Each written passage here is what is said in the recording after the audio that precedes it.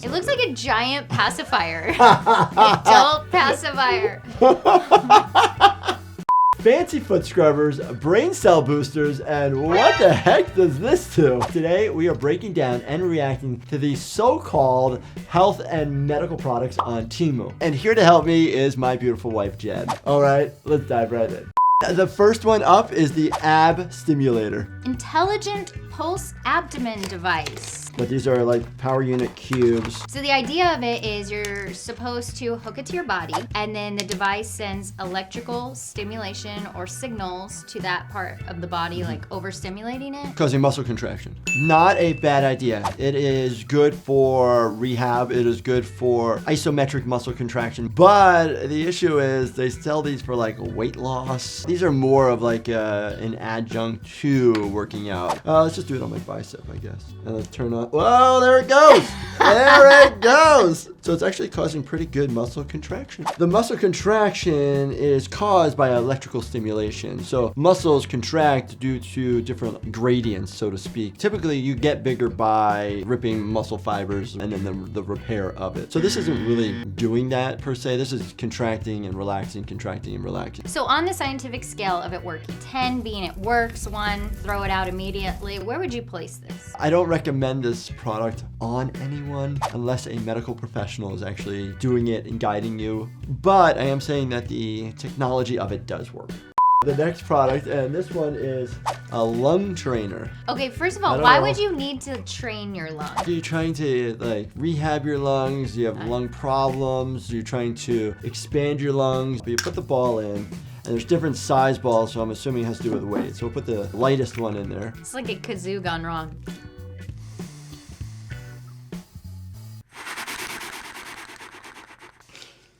I just love that it says respiratory muscle trainer, but here it says how to use the mucus relief helper. Huh?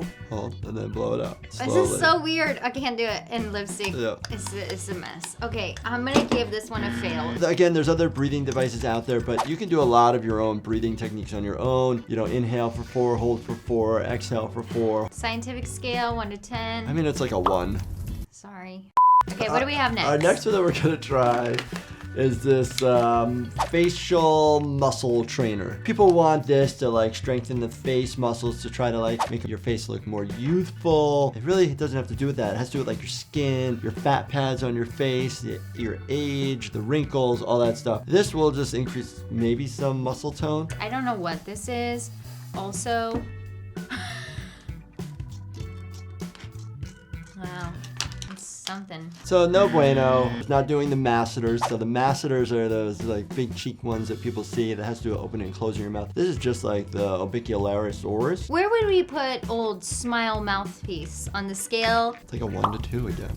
Okay, what do we got next? We got like a jaw, neck, face exerciser. But it says, hold in your mouth and the facial muscles can be trained and strengthened by inhaling and exhaling. It looks like a giant pacifier. Adult pacifier.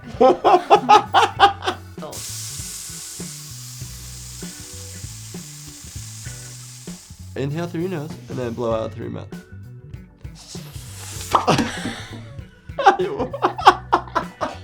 Okay, so it takes effort to blow it out. I can feel like tension here. But it's supposed to get rid of the wrinkles here.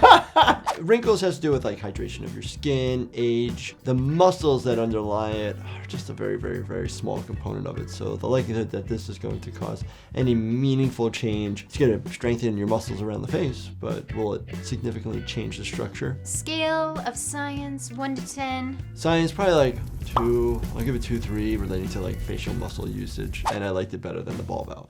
Let's do the mosquito bite reliever. So here we go. We got a painless bug bite tool. Looks like a little syringe. Oh, it's a plunger. You can see the plunger. I think the idea of these is to suck the venom out and then also potentially help with like itch. The venom is not actually causing the itch. It's your body's reaction with histamine and the anti-inflammatory cells that are happening. You can do it that way to plunge it. Oh, nice. Who's the doctor? Whoa, there it is. Hello. Clear. Do you feel less itchy? No, I do not. I mean, could you use this to take out a splinter? I don't think there's enough suction. Yeah, I'm gonna give this a -4. Yeah, this is this is a sweet looking face shield. Remember these? People oh should do my this. God, this is amazing. It just my looks God. like we ride motorcycles. To me, this looks like a face shield that you like pop down. Oh my God, let's go. Okay, this is good for like maybe sun exposure. This could be used for like facial protection. We use eye shields, face shields at work for things that will splatter. But this would not be useful at all for anything like that. You know, there are debates out there, particles, airbornes, these things. But when things can get aerosolized into the air and then they can kind of drop behind these type of shields and it's respiratory issues, this won't help. I'd give it like a 5. Oh, that's one of our highest scores yet. Useless at work. Unless you get a lot of fluids coming out of your face. And it's really sunny in the building. This is the handy dandy simple slipper. No more bending to clean your feet. Cleans, exfoliates, and massages. If I had to describe it, it's like a car wash for your feet. Oh, that's funny. Oh, and with a built-in pumice stone. Pumice stones are good, help exfoliate, get rid of the calluses, but this looks more like a piece of sandpaper. My concern is that you could potentially like cut your foot on it. Keeping good hygiene of your feet is important, but I can see like ringworm, fungus, athlete's foot becoming an issue. Yeah, maybe don't share this. I'm gonna give it, it's not really, as a consumer, I like this more than some of the other products. So I'm gonna give it a 6 on the likability score. But in terms of health, like, is this gonna make my health so much better? Not really.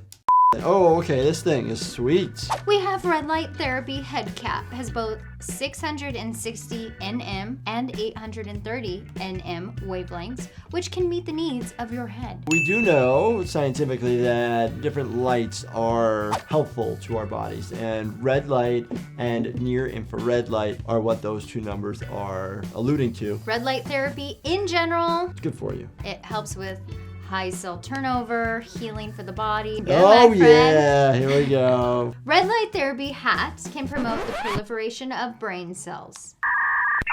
I don't think that is possible. I'm going to call you out on that. I don't think it's going through your skull into your brain. Now, is it a miracle cure? Will it get all your hair to come back? Unlikely. That's why there's other medications out there. But definitely talk to a dermatologist if you're having issues relating to hair loss and you want to have that conversation. This next one I saw you buy, and it was very interesting to check this out. The electronic anti-snoring device. Oxygen concentration CPAP anti-snoring. The snoring could be caused because you have a deviated septum, but most of the time it has to do with occluding your own airway in the back. The soft tissue in the back of your throat blocking your airway, and you're making these like noises and then choking yourself to kind of clear your airway. So the point of your CPAP, as well as maybe this device, is to keep that airway open by keeping those tissues Clear. at bay. Yeah. So all we get, that is it. You have baby nostrils, they ain't going up there. Oh my gosh, how is this? How do you feel? I don't know. Not really feeling anything. I have a decent sized nose, right? So I just don't feel like it's suited for me. Obviously, it wouldn't work for me if I sleep on my stomach. You definitely probably have to sleep on your back, but sleeping on your back increases the risk of snoring because of the way that your soft tissue falls into the back of your mouth. So this would not work. This does not work. This is not something I would recommend or buy. This is a 0. Ditch the 0. Get with the hero. You said that with passion.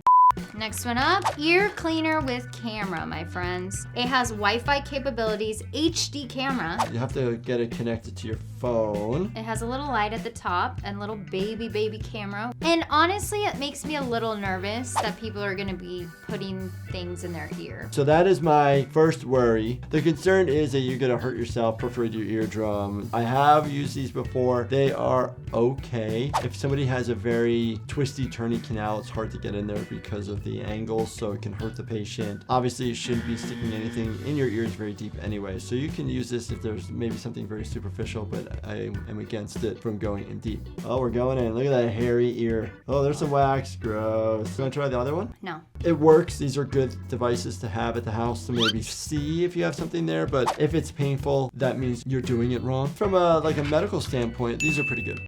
These were a lot of fun, very entertaining. If you guys enjoyed this, definitely check out this playlist right here, binge watch everything. And as always, do me a favor, subscribe, turn your bell notifications on, and hit that like button. Thank you so much for watching. And stay healthy, my friends.